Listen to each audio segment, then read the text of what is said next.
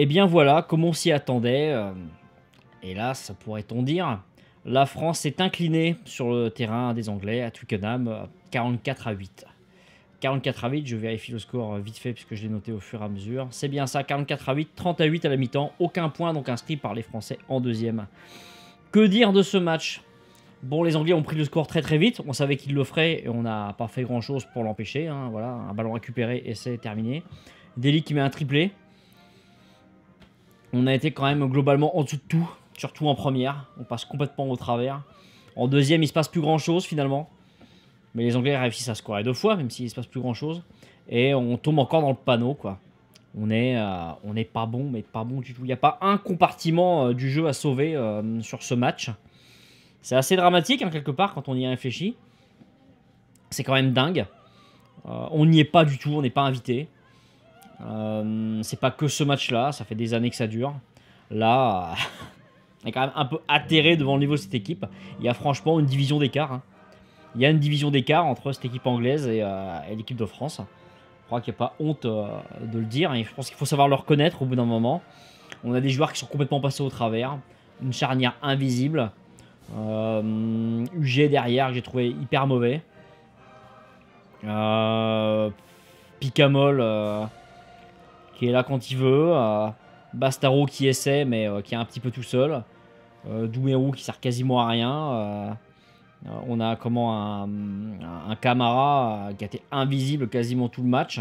Un pack plutôt sur le reculoir. Bon après, j'aligne les noms comme ça, hein, parce que forcément il y a l'agacement qui fait que. Mais globalement, les 23 joueurs n'ont pas été bons. Hein. Les remplacements ont été faits très tôt parce qu'évidemment il fallait combler les brèches et remettre du sang neuf pour relancer le truc. Mais bon, on n'a rien vu de bien transcendant de la part des remplaçants. Hein. J'adore des gens comme Ramos ou comme Dupont. Hein. Il n'y a pas de souci, hein. Mais bon. Dans un tel contexte, que pouvait-il faire de toute façon? Et on a bien vu qu'il ne pouvait pas faire grand-chose. On a assisté à un festival de jeux au pied dans ce match. Énormément de jeux au pied. Souvent pas du tout pertinent ou pas trop pertinent ou mal exécuté de la part des Français. Et au contraire, un plan de jeu millimétré, étudié, parfaitement paramétré, très carré de la part des Anglais, comme les Britanniques et les Anglo-Saxons en général savent le faire.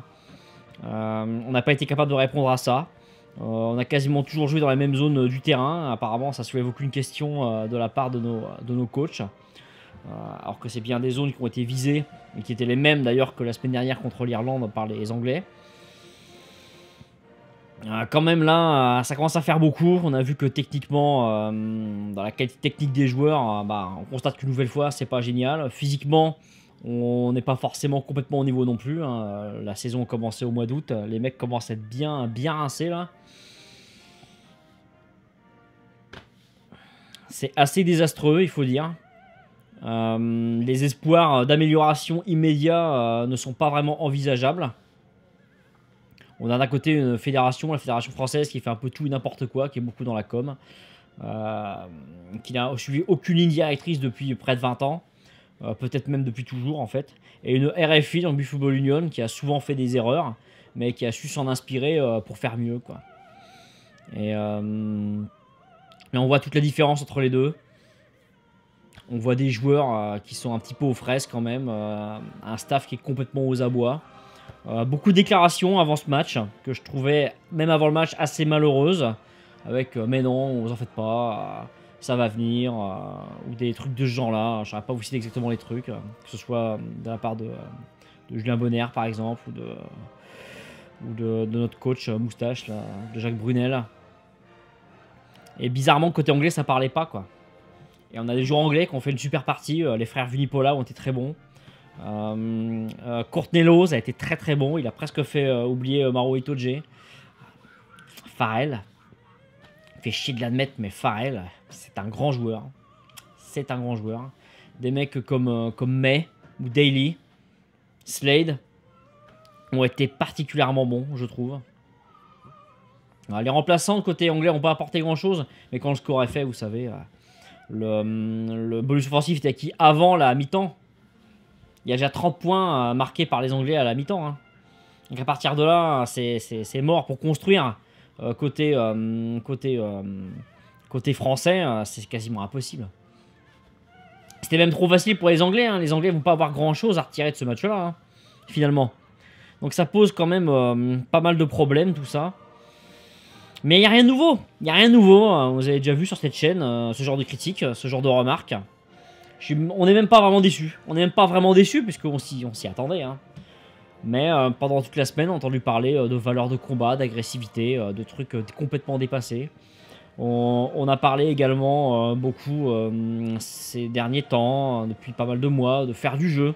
Sans forcément le faire, mais au moins parler de faire du jeu.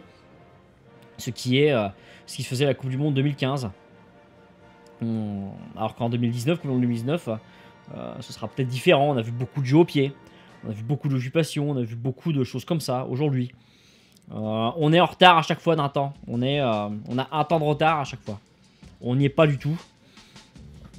Ce qui se pose problème pour le futur, en plus d'en poser pour le présent.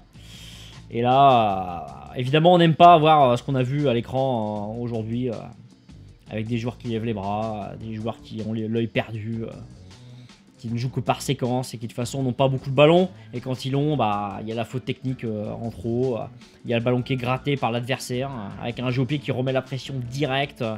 Notre équipe qui fait des efforts désespérés pour revenir dans les 22 de l'adversaire. Mais le ballon est récupéré, on repart dans le 22 tout de suite. Des Anglais qui font des séquences de jeu très longues avec beaucoup de temps de jeu. On sait très bien que nous on est quasiment incapable de faire ça. Voilà, il y a une division d'écart, il y a un gouffre qui nous sépare de ces meilleures équipes. Dans 2 semaines c'est l'Écosse. L'Écosse qui a perdu contre l'Irlande. On peut nourrir une inquiétude contre vis-à-vis de cette équipe d'Écosse. C'est-à-dire que si on n'est pas sérieux, si on laisse traîner des ballons, et si on fait ce qu'on a vu là, hein, contre l'Écosse, on peut parfaitement perdre. Hein, je veux dire, il n'y a pas photo, quoi. Donc voilà, je suis rentré déçu, bien sûr. Même si j'attendais rien, c'est quand même bizarre, quoi. C'est-à-dire que maintenant, on n'attend plus rien du 15 de France. Mais on est déçu quand même, parce qu'en tant que supporter français, ça fait quand même chier, quoi. Et bon, la fuite des licenciés, etc. Et la faible influence du stade ne risque pas de s'améliorer. Bon, je crois que j'ai à peu près fait le tour. Je saurais pas trop quoi vous dire d'autre. Vraiment, c'est... ouais, c'est des pubs. C'est vraiment hallucinant, quoi. Des joueurs qui font des déclarations qui sont aux abonnés absents. Et des joueurs qui essaient mais qui n'y arrivent pas. Beaucoup d'initiatives individuelles. Je pense par exemple à des gens comme Penaud, Ntamak, voire même Félix Lambert, pourquoi pas. Mais s'il n'a pas fait le meilleur match de sa vie, ça c'est sûr. On a sorti des mecs qui étaient un peu trop tout seuls. Il va sûrement falloir faire... il faudrait peut-être faire un gros coup de torchon, comme je l'ai vu sur Twitter, hein, comme ce qui était passé après le Italie-France de 2011. Marc Lévremont avait osé le faire. Il avait eu les couilles de le faire, quoi. Mais est-ce que aujourd'hui on peut se permettre ça? C'est une autre question. Sur ce, je vous embête pas plus. Et en espérant de jours meilleurs, ciao, bye.